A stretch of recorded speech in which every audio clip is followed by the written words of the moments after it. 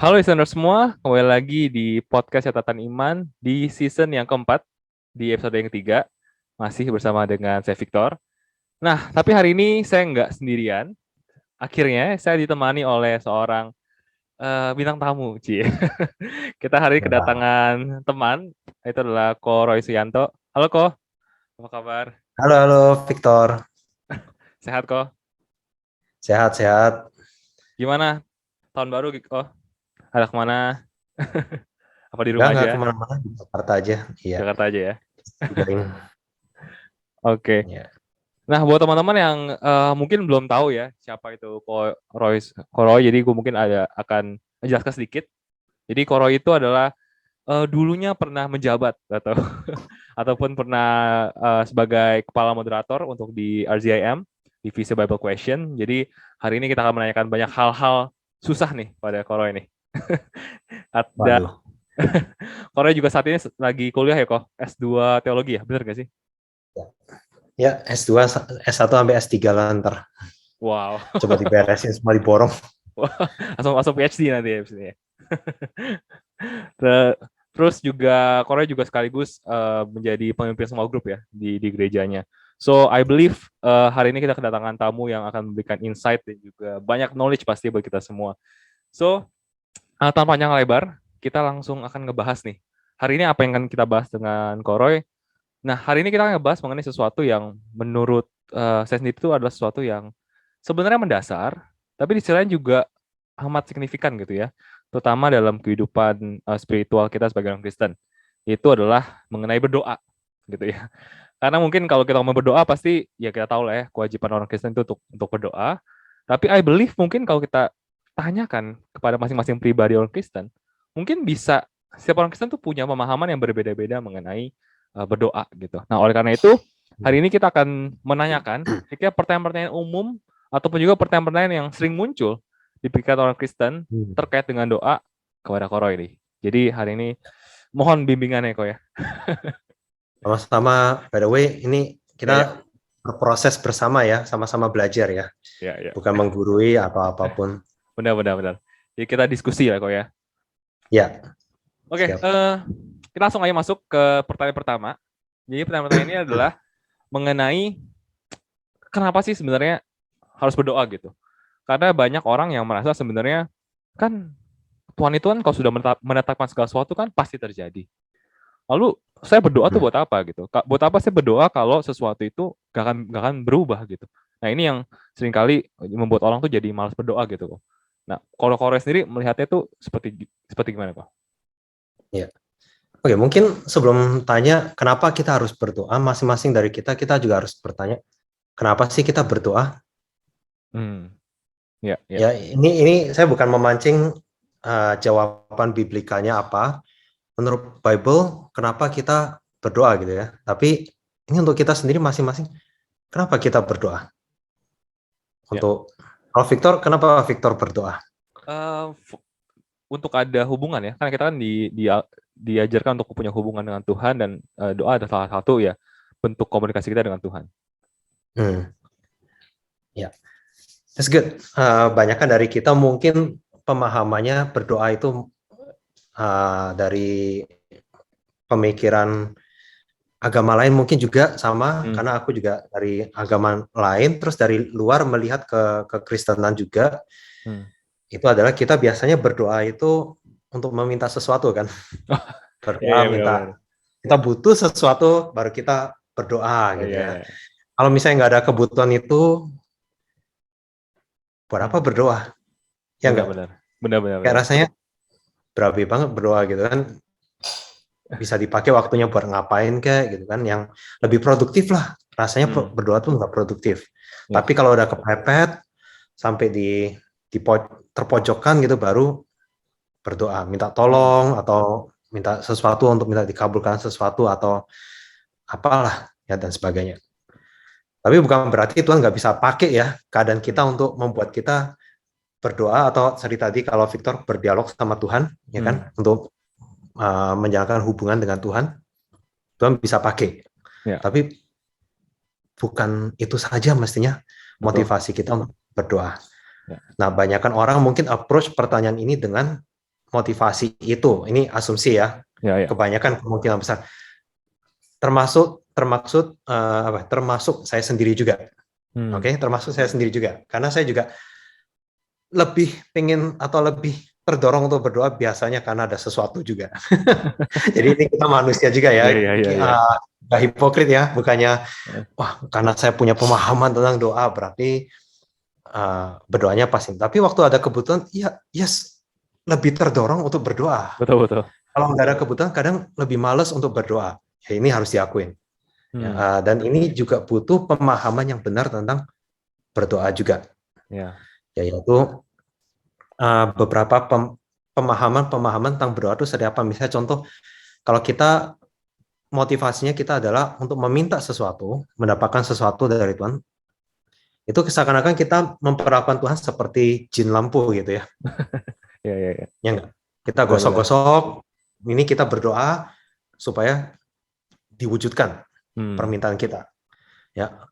Dan kita berdoa seakan-akan, ini sekali lagi ya motivasinya kalau untuk mendapatkan sesuatu. Kita seakan-akan untuk membantu mempercepat Tuhan. Mungkin Tuhan rada lambat kali ya.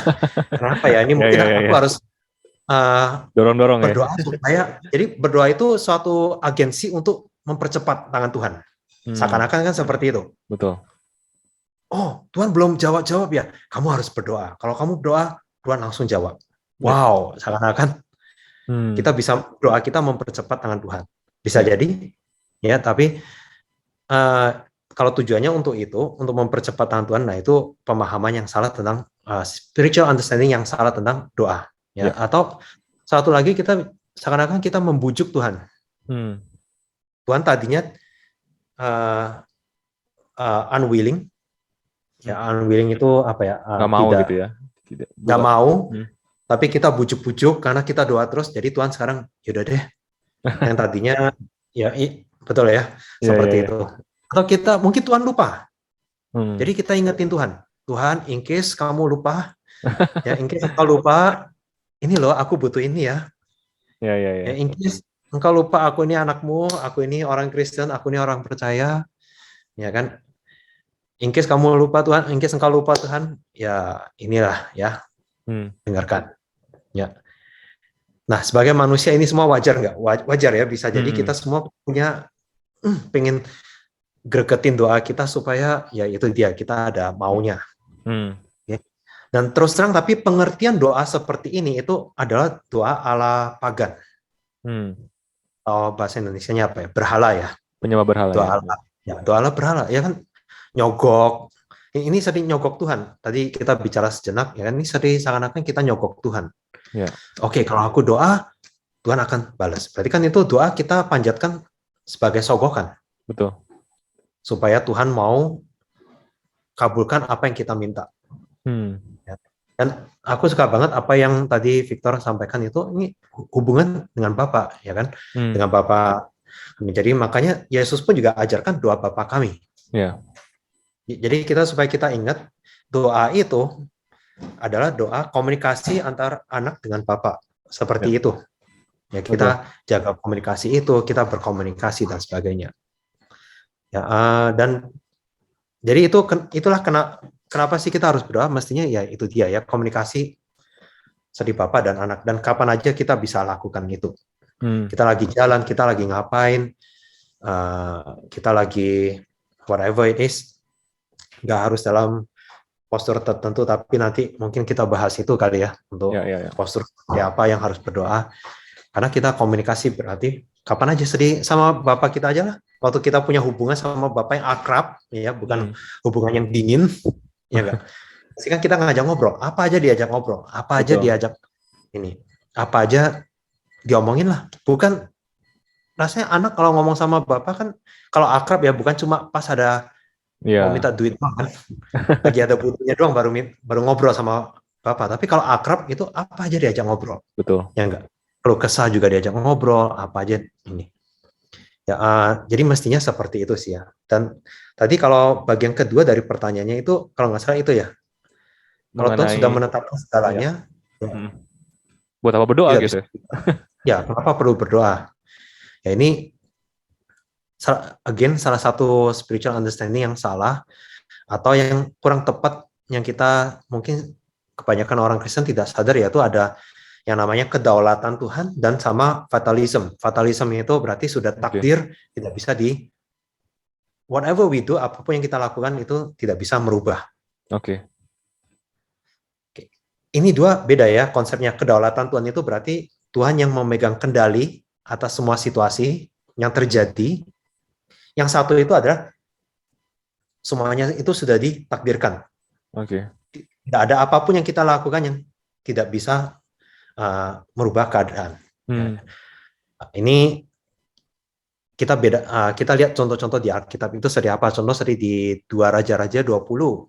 Waktu Raja Hizkia sakit dan Tuhan bilang dia akan mati. Tuhan sudah mengeluarkan bersabda nih. Dia akan mati ya.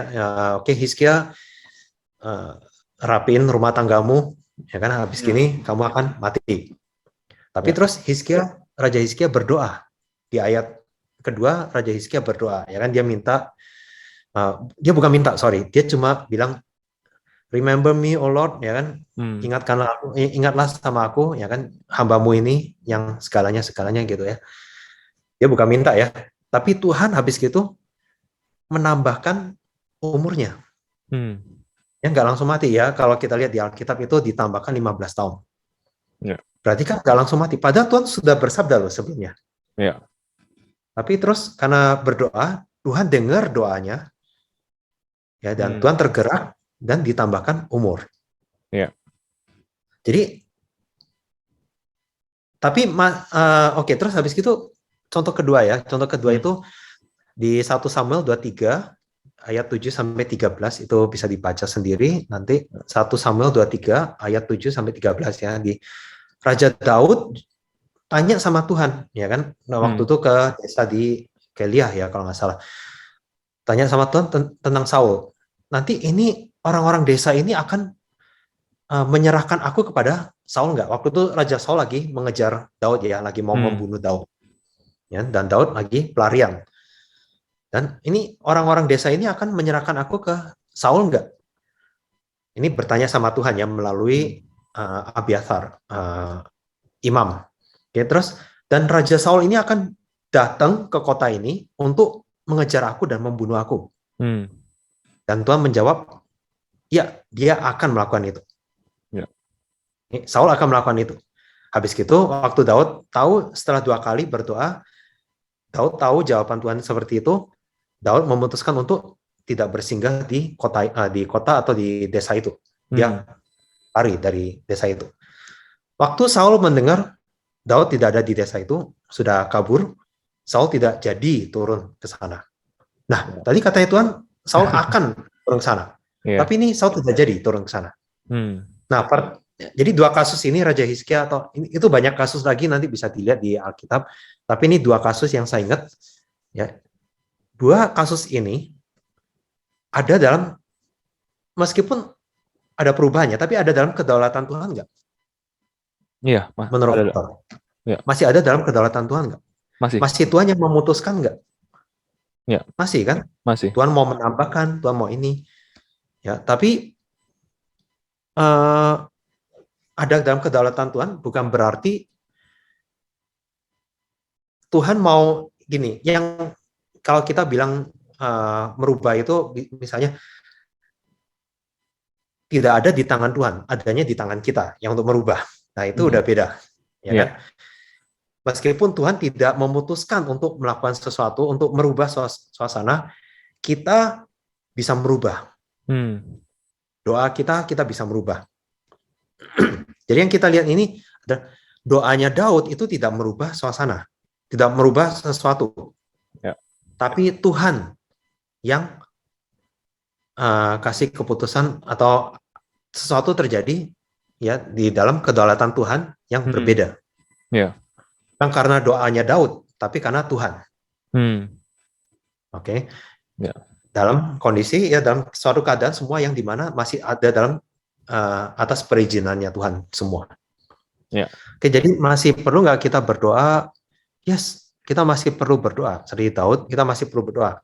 Ya, salah satunya kita perlu berdoa adalah untuk tahu kehendak Tuhan apa? Seperti Daud, ya, ini Hmm. mesti begini nggak? Nah, beberapa ayat sebelum itu Daud juga bertanya sama Tuhan, Tuhan, saya mesti turun untuk berperang sama bangsa ini nggak? Hmm. Akan menang nggak? Tuhan bilang iya. Jadi itu proses itu adalah Daud pengen tahu kehendak Tuhan. Hmm. Ya, ya, ya, ya. Mesti turun nggak atau enggak, ya, dan sebagainya. Nah, ini jadi ada proses-proses seperti ini juga. Makanya sedih Hizkia pun waktu Hizkia minta, bukan minta ya, dia cuma doa untuk Tuhan ingat Hmm. sama aku ini hambamu, tidak meminta, tapi Tuhan memutuskan berbelas kasih dan menambahkan usia. Hmm. Ya, jadi Ya. bukan karena doa Hizkia seperti itu, ya in a way ada unsur doanya, tapi ini murni adalah Tuhan yang Hmm. mengambil keputusan itu, bukan karena doa kita yang Ya, berubah. ya. Betul, betul. Nah, mungkin yang bisa ditanyakan sama orang mungkin bisa ini. Tapi kan bukannya ada ayatnya yang bilang tuh doa orang benar besar kuasanya. Iya, iya, iya, benar-benar. Enggak. Sering Berarti kalau dipakai tuh. orang benar, ya, ya kan? Ya, oke, kita harus ini dulu ya, definisikan. Orang benar ini apa? Ya, Hmm. orang benar ini yang pasti the saint itu kan orang yang percaya sama Kristus. Ya. Ya enggak? Dan orang yang benar itu apa? Orang yang benar itu adalah orang yang eh, kehendaknya itu sejalan sama kehendak Tuhan. Hmm.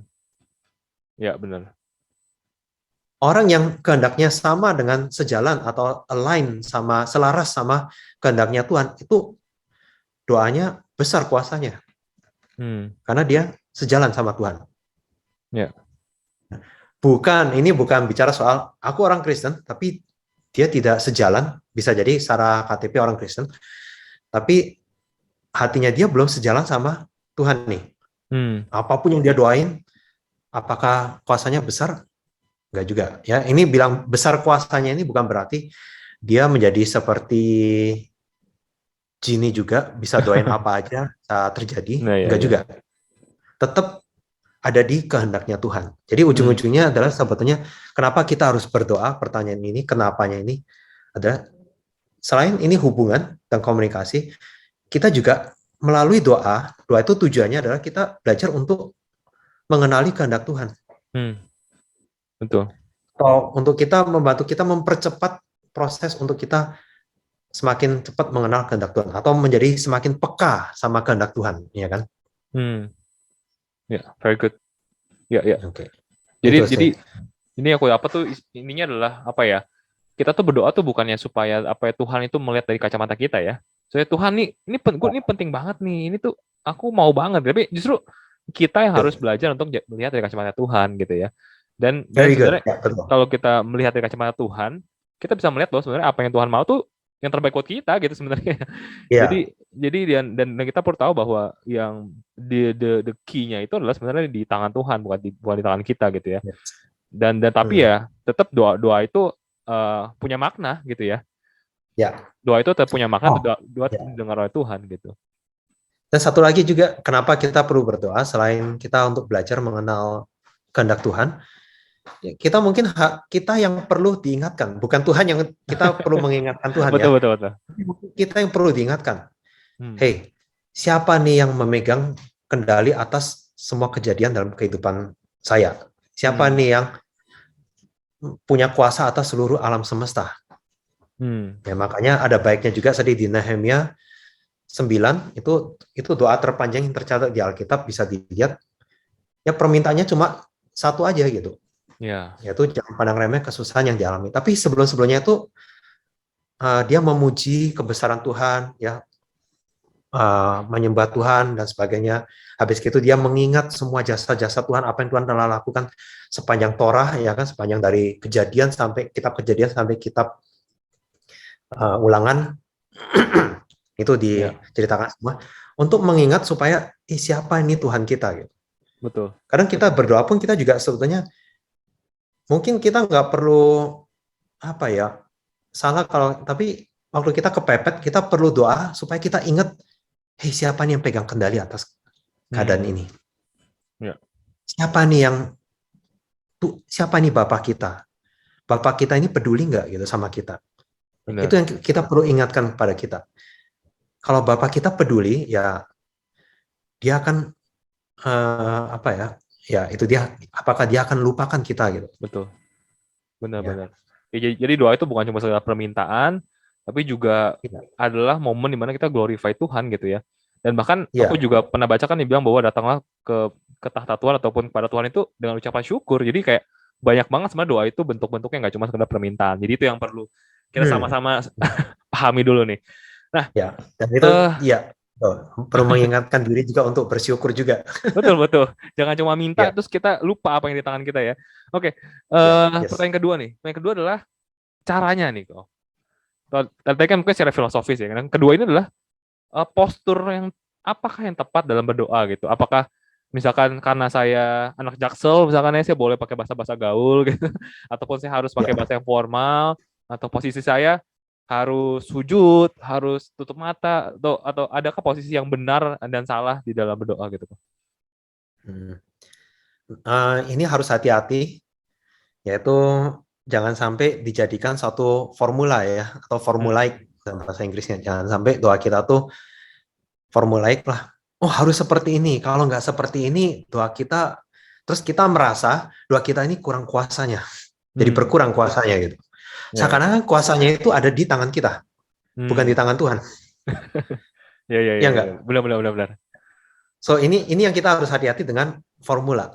Tujuannya kita menjadikan suatu doa itu menjadi suatu formula itu apa sih?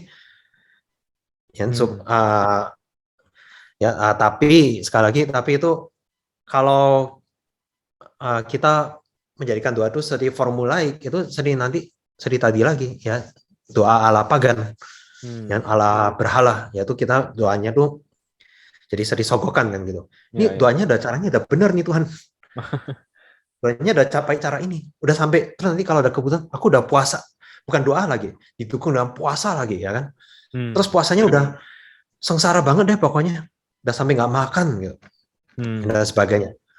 Nah ini sogokan nggak gitu, atau jadi formulaik nih, jadinya kalau nggak begini Tuhan nggak akan dengar gitu.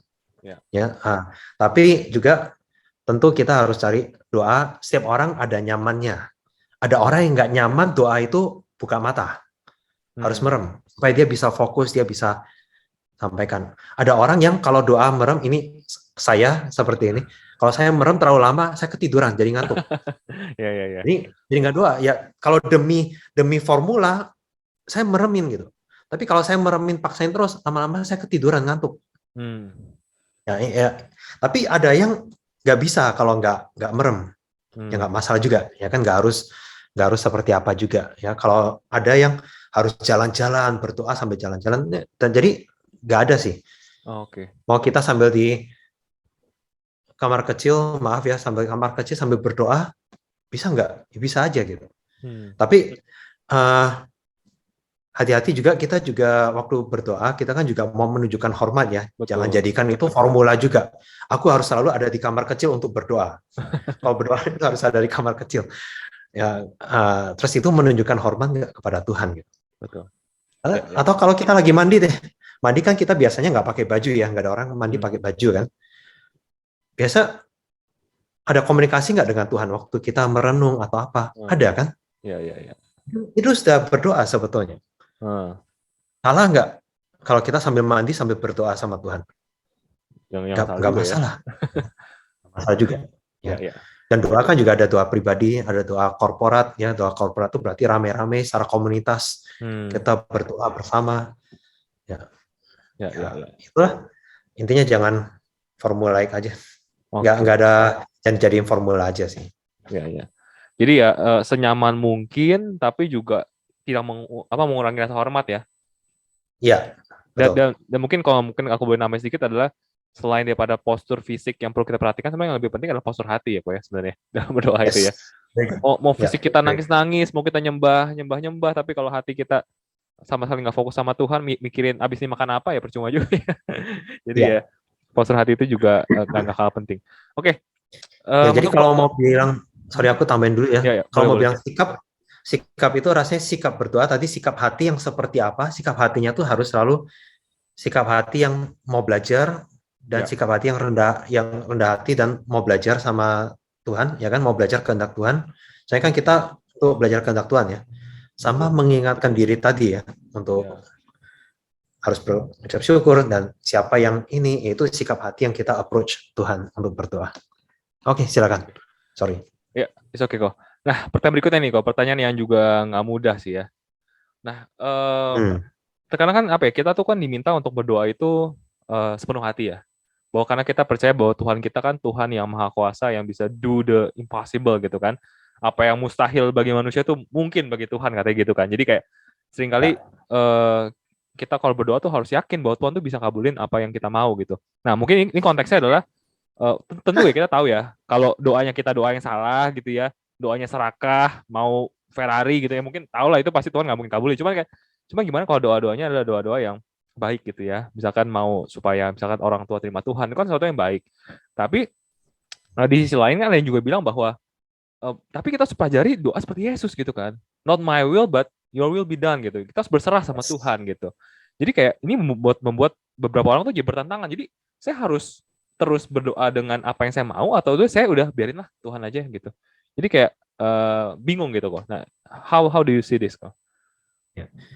Tadi mungkin keselip kali ya dari Victor tadi ngomong doa kita minta sama Tuhan untuk dikabulkan apa yang kita mau gitu. Nah itu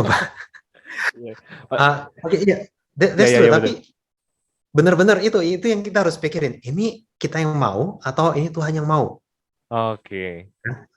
Ya kalau tadi kita tujuan doa kita adalah untuk semakin mengenal kehendak Tuhan, ya berarti mestinya kita doa untuk apa yang Tuhan mau untuk kehidupan aku, gitu. Bukan apa yang aku mau.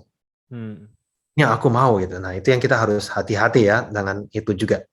Okay. Ya, tapi yes, tidak salah. Tadi di Matius 26 itu kan ada yang doanya Yesus di Taman Getsemani, ya bukan kehendakku tapi kehendakmu, ya kan. Terus tapi ada juga perumpamaan janda yang persisten itu kan, di Lukas 18, betul, yang terus gangguin si hakim yang jahat sampai akhirnya dikasih justice. betul. Tapi itu dia tujuannya adalah habis itu Yesus menyampaikan waktu minta justice, masa sih justice nggak diberikan, keadilan ya, masa sih keadilan nggak akan diberikan sama Tuhan? Karena kita tahu Tuhan itu adil, jadi kemauan Tuhan itu pasti keadilan terjadi, bukan ketidakadilan. Ya. Tapi bukan caranya kita atau maunya kita, tapi caranya Tuhan, keadilan ditegakkan dengan caranya Tuhan. Dan Tuhan tahu cara yang terbaik, masanya itu yang kita harus mempelajari. Oh ternyata Tuhan mau nggak keadilan? Mau. Tapi kok belum terjadi atau belum seperti yang kita inginkan, kondisinya terjadi, ya Tuhan ada caranya sendiri yang bukan mempengaruhi orang keadilan untuk satu orang itu aja, tapi bisa mempengaruhi keadilan untuk satu komunitas atau bahkan satu negara atau bahkan mempengaruhi satu dunia. Yeah. Dan Tuhan ada caranya gitu. Dan itu yang kita harus tadi ya, sikap hati kita waktu berdoa yaitu untuk rendah hati di hadapan Tuhan dan mau belajar kehendak Tuhan. Jadi kalau mau bilang tadi kan kalau disimpulkan, satu itu ngotot, kita perlu ngotot nggak, satunya itu berserah gitu kan. Kapan kita ngotot, kapan kita berserah? Kalau aku bilang sih kita harus ngotot berserah pada kehendak Tuhan. Ya. Dan ini pengalaman aku sendiri, mungkin ada beberapa di sini mungkin bisa relate atau dikontekstualisasikan ke pengalaman kalian sendiri masing-masing yang sedang dilaluin. Yaitu aku sendiri sudah hampir 14 tahun sekarang, ya kan, belum punya anak, sudah menikah 14 tahun, hampir 14 tahun tapi belum punya anak, dan masih berdoa untuk punya anak.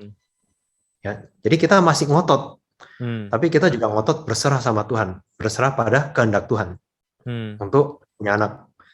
Dan kita masih doain terus untuk ngotot ini masih doain terus. Ya, sampai titik mana sih kita tahu kalau ini bukan lagi kehendak Tuhan atau apa ya? Aku sih belum dapat ya. Ini bukan kehendak Tuhan untuk kita tidak punya anak misalnya, atau dikasih satu panggilan yang makanya Tuhan nggak mau aku punya anak supaya bisa terus ini atau apa. Nggak juga. Mungkin di musim itu ya di musim yang sudah lalu ya, paling tidak yang aku tahu ya.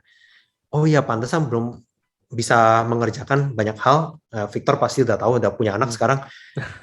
Bagaimana Iya, iya, itu iya. banyak hal yang sudah tidak bisa seperti dulu lagi, Betul, kan gitu betul. kan.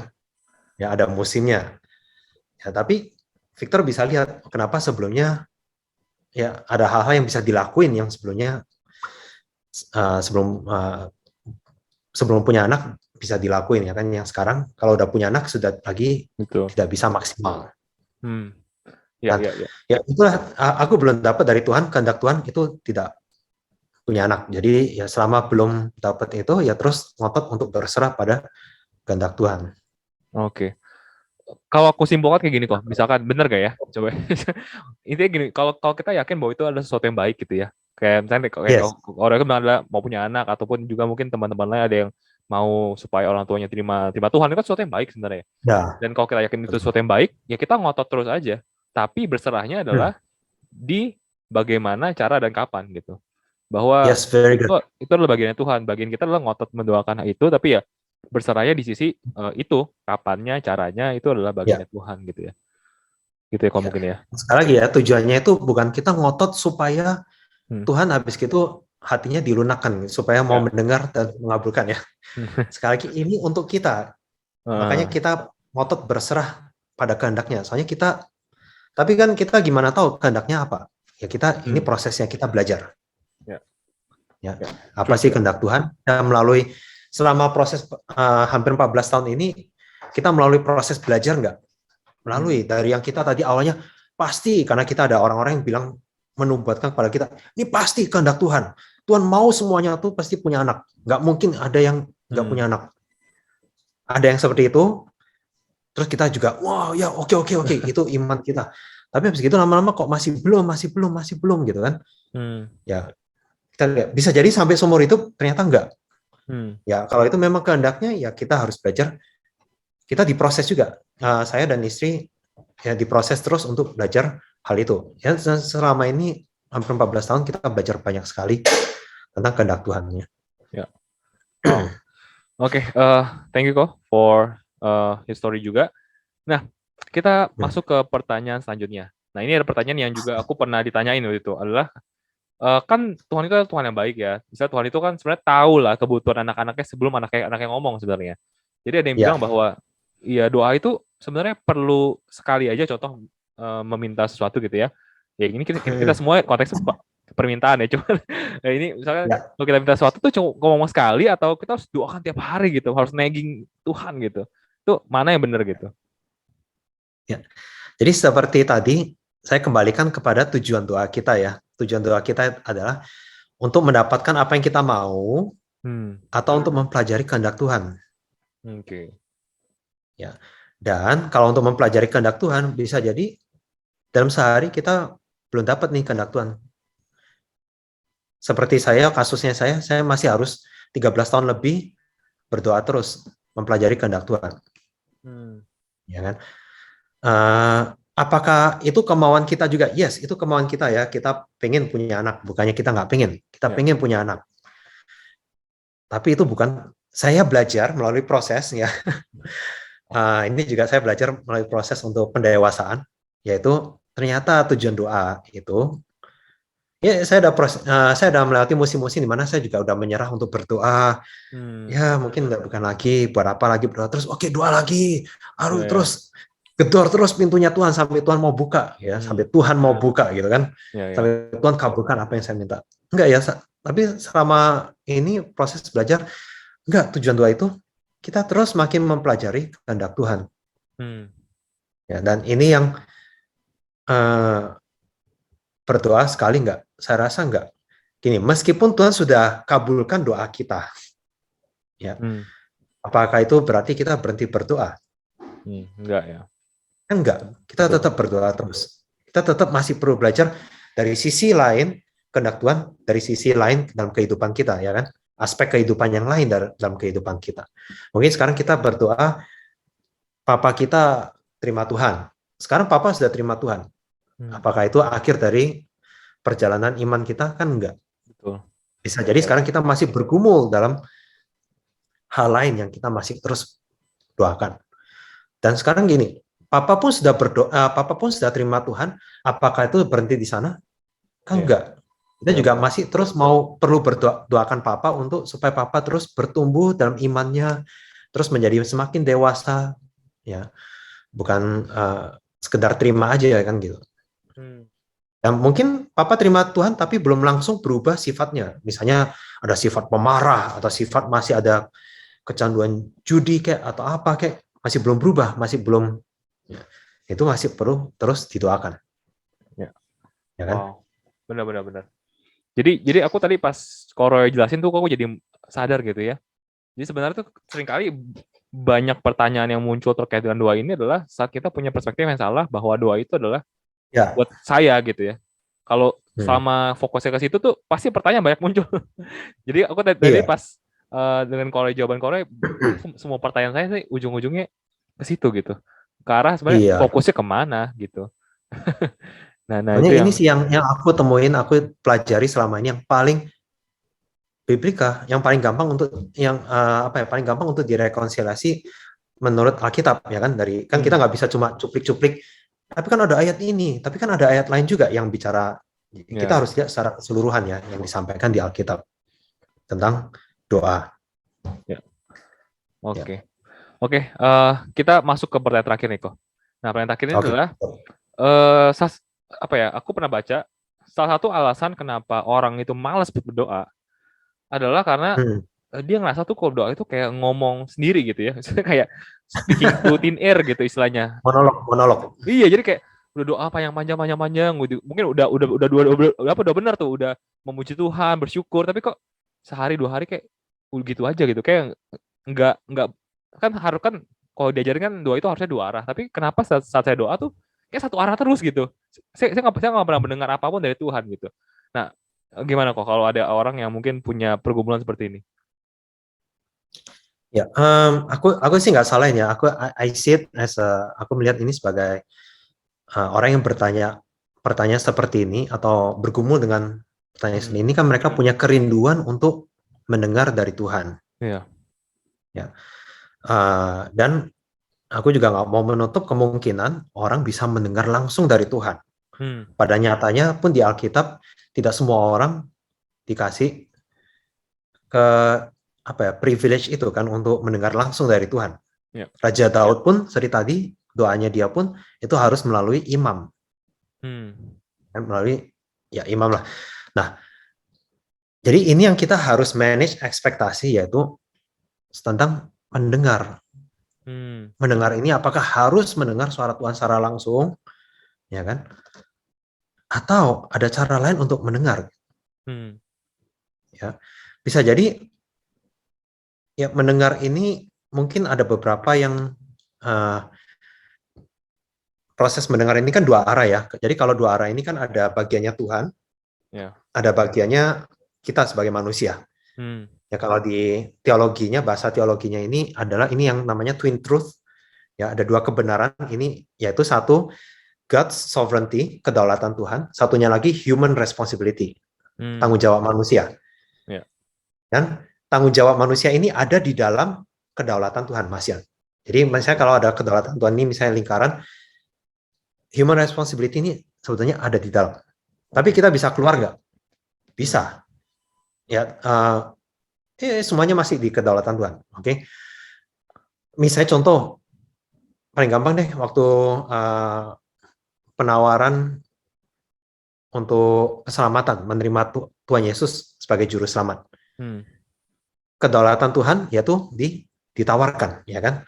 hmm, Tanggung jawab manusia itu untuk menerima, iya, mengimani, betul. ya. Jadi di sini juga sama waktu kita bicara soal doa, dua arah, kalau kita kembalikan ke tanggung jawab Tuhan itu, ya kita harus memberikan waktu untuk Tuhan berbicara kepada kita dengan caranya dan di waktunya. Seperti tadi yang Victor sudah simpulkan kan. Hmm, Dengan caranya Tuhan, ya kita harus beri waktu dan beri ruang untuk Tuhan lakukan bagiannya Tuhan. ya. Bukan kita yang nentuin ya, Tuhan harus sekarang, Tuhan harus ngomongnya caranya begini. Ya, ya. Tuhan nggak Tuhan lebih kreatif lah daripada itu. Let's give him more credit, ya. Ya itu Tuhan bisa lebih kreatif daripada itu. Oke. Dan belum tentu Tuhan bicara langsung pun kita juga langsung melakukan atau kita menindaki kan. Jadi ada proses pendewasaan yang kita perlu lakukan juga supaya kita waktu kita dengar kita bisa lakukan juga. Ya, dan bagian tanggung jawab manusia itu di mana ya kita memaksimalkan waktu kita untuk mencari kehendak Tuhan. Ya, selama doa ini kita cari. Jadi mungkin aku baginya dalam 3 poin kali ya, 3 poin untuk soal mendengar ya. Soal mendengar yang benar ini perspektif mendengar itu yang benar itu apa gitu. Itu yang pertama, mendengar itu bukan berarti pasif ya, pasif bersemedi, tapi aktif. Kita harus secara aktif kita merenungkan, mempelajari firman Tuhan, mendengarkan orang-orang yang bijak di sekitar kita, ya kan? Tuhan kan bisa bicara melalui itu semua. Dan kalau kita dalam secara aktif kita merenungkan, kita mencari, kita mempelajari kehendak Tuhan yang ya kan melalui firman Tuhan, melalui orang-orang di komunitas yang benar, ya kan. Nah, itu secara aktif lah, itu mendengar. Jadi bukan pasif, kita mengunci diri, kita ke gunung, terus kita bersemedi, kita paksa. Tuhan sampai lu bicara, nggak akan bergerak dari gua ini gitu kan, dari gua di gunung ini gitu. Ya, itu bukan seperti itu, karena Tuhan nggak akan seperti itu. Ya, karena kita harus tahu Tuhan itu maunya mendengar itu sebenarnya undangan untuk kita secara aktif berpartisipasi untuk bertumbuh dan belajar. Very good. Ini bukan cuma sekedar mendengar suara yang bergema gitu kan, suara yang gimana. Tapi ini sebenarnya secara aktif Tuhan mengundang kita untuk partisipasi dalam pertumbuhan dan proses belajarnya kita. Apapun itu yang Tuhan pakai. Kalau dia cuma bicara aja, seberapa banyak sih kita akan bertumbuh dan belajar? Ya, benar-benar. Kita nggak ada proses, kita langsung dengar. Tuh udah langsung dengar. Sekali minta langsung dikasih. Sekali minta langsung dikasih tahu. Proses belajarnya kita apa? Betul. Mana bagian kita untuk kita bertumbuh, ya kan? Kan nggak ada. Ya, dan ingat ya, Tuhan yang paling tahu cara yang paling baik untuk kita bertumbuh. Ya, dan itu yang pertama ya, jadi bukan pasif tapi aktif. Yang kedua adalah mendengar itu bukan berarti cuma sejenak ya. Kita ngomong langsung kita akan mendengar kembali. Itu juga, ya kan? Itu yang biasanya kita harapkan. Betul. Aku pernah doa seperti itu juga. Ya, waktu itu kan ya gitu ya, dulu gereja yang super hyper karismatik. Jadi kita doa minta untuk bisa bernubuat atau bisa apa. Ya ini geli-geli dikit lah gitu ya. Dan aku berdoa, aku langsung minta jawaban dari Tuhan, minta kayak sabdanya Tuhan untuk nubuatan dari Tuhan. Terus nggak dapat apa-apa gitu kan? Iya.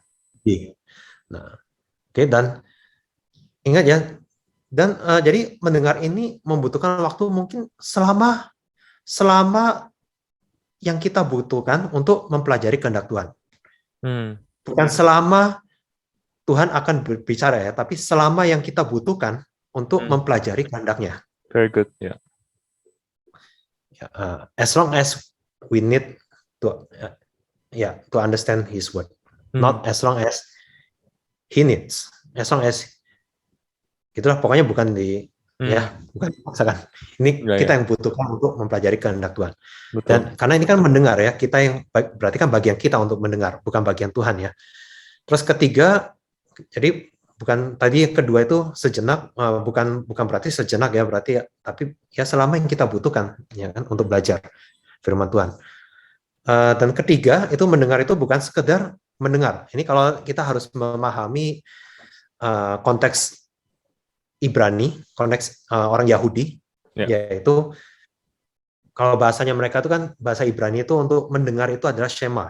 Shema O Israel, ya kan, yang di Ulangan 6 itu dengarlah O Israel, Allahku adalah Allah adalah sorry, Indonesia aku ngaco. Ya, the Lord is God, the Lord is one, ya kan?